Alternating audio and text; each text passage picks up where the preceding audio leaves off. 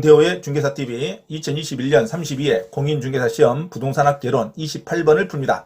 자, 28번. 매자닌 금융에 해당하는 것을 모두 고른 것. 자, 매자닌 금융이라는 단어를 모르는 사람들은 아주 어렵게 느껴지겠죠. 자, 매자닌 금융은 기출문제 5년, 6년 전에 한번 나왔습니다. 그리고 통 나오지 않다가 다시 한번 언급된 문제입니다. 자, 매자닌 금융의 정의를 알면 맞출 수 있는 문제입니다. 이렇게 단어에 대해서 모르면 어렵고 단어에 대해서 알면 아주 쉬운 문제입니다. 부동산학개론은 시사상식 문제로 반드시 용어에 대한 정의를 확실히 공부하시기 바랍니다. 기출문제 중심으로 공부하시는 게 좋습니다. 5년 전에 한번 나왔습니다. 매자닌 금융이라는 말이. 매자닌이라는 사람은 학자 이름입니다. 이탈리아 학자 매자닌인데 매자닌 금융은 금융론에서 나옵니다. 금융론은 지분금융, 투자금융, 그 다음에 채권금융, 부채금융, 그 다음에 세 번째가 매자닌 금융으로 구별될 수 있습니다. 자, 돈을 끌어들이는 방법, 자, 돈을 모집하는 방법은 자, 자기가 동업을 해서 같이 지분으로 참여해서 자, 투자하는 금융론이 있습니다. 이것을 지분금융이라 그럽니다.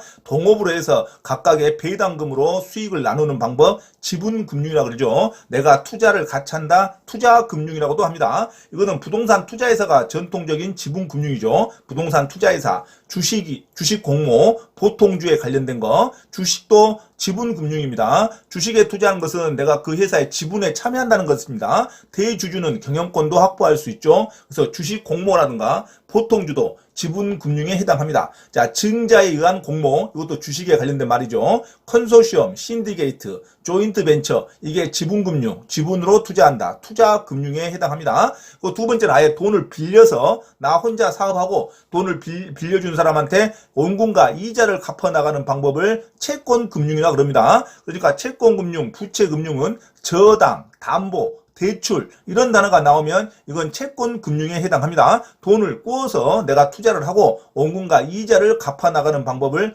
채권금융, 부채금융이라 그럽니다. 당연히 용어에 저당, 대출, 담보 이런 단어가 나오면 이건 부채금융 또는 채권금융이라 그럽니다. 주택저당 대출, 저당권 설정하는 거, 주택저당 담보부 증권을 만드는 거, 주택저당권을 관련된 파생상품을 만드는 게 주택저당 담보부 증권이라 그럽니다. MBS라 그럽니다. 자, 이체증권, 담보부 증권, 혼합증권, 다계층 증권이 주택저당 담보부 증권의 하나의 종류입니다. 반드시 암기하시기 바랍니다. 이 채권금융, 부채금융에 해당하죠. 담보, 대출, 저당이라는 단어가 나오면 채권금융, 부채금융에 해당합니다. 자, 자산담보부 유동화증권도 있습니다. 자산담보부 기업어음도 채권금융이고 신탁증서어음, 회사채 발행, 사채 발행하는 게 대표적인 채권금융이죠. 회사채, 사채 발행하는 거, 토지상한채권, 주택상한사채를 발행하는 거 이게 부채금융, 채권금융에 해당합니다.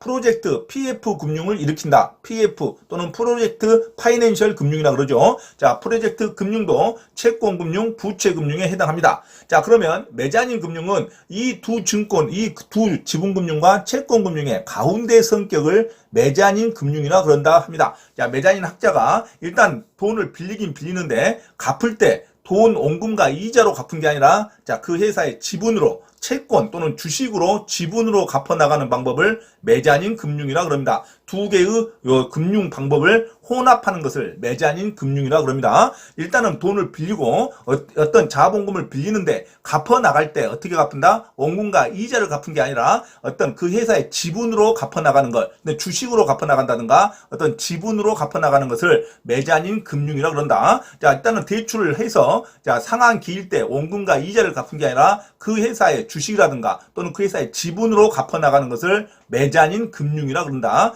혼합된 금융 방법이라 생각하시면 됩니다. 그래서 후순위 대출, 자, 후순위 대출도 당연히 후순위이기 때문에 후순위 대출도 매자닌 금융의 일종으로 갑니다. 자, 후순위 대출 또는 전환사채, 전환사채라는 것이 주식으로 바꿔서 돈을 갚겠다는 게 전환사채입니다. 또 신주 인수권부 사채, 일단 돈을 빌려서 그 다음에 갚았을 때 주식으로 전환해서 갚아준 게 신주 인수권부 사채 또는 전환사채, 거의 동일한 용어로 쓰입니다. 전환사채 또는 신주 인수권부 사채, 주식으로 그 새로운 주식을 발행하는 조건부로 돈을 빌려주는 것이 신주 인수권부 사채입니다. 자, 신주 인수권부 사채라든가 전환사채라는 단어가 나오면 자, 상환하는 방법을 주식으로 상환하는 방법이라고 생각하시면 됩니다. 자, 이런 것을 매자닌 금융이라고 그런다.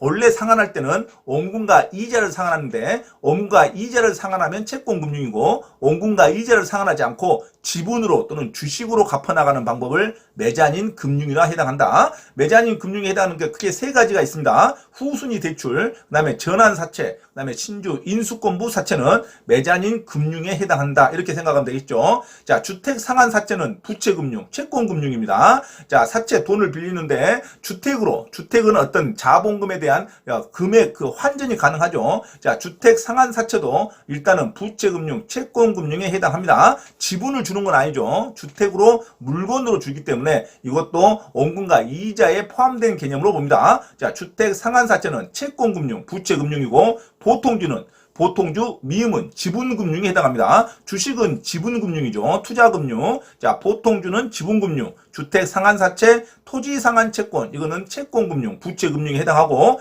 갚아나갈 때 반드시 주식 또는 지분권을 주는 거, 회사의 지분권과 주식으로 갚아나가는 것을 매자닌 금융인에 해당한다고 봅니다. 자, 매자닌 금융에 해당하는 거 크게 세 가지 종류만 있으니까 또 자주 나오는 문제는 아니다. 5년 전에 한번 나왔는데 다시 언급되는 거죠. 이런 문제는 좋은 문제라고 할 수가 없습니다. 자, 매자닌 금융에 대해서 처음 듣는 수험생들은 아주 어렵게 느껴지겠죠. 무슨 말인지 모르니까. 자, 매자닌 금융은 부채금융과 지분금융의 가운데에 있는 두 금융을 혼합하는 어떤 금융 방법을 매자닌 금융이라 그럽니다. 자, 일단 돈을 빌려서 갚을 때 원금과 이자를 갚은 게 아니라 주식 또는 회사의 지분권으로 갚아나가는 것을 매자닌 금융이라고 그런다. 대표적인 게 전환사채는 주식으로 갚아나간다는 거죠. 신주 인수권부 사채, 갚을 때 새로운 주식을 발행해서 준다는 거죠. 신주 인수권부 사채, 전환사채는 대표적인 매자닌 금융에 해당하고 후순위 대출도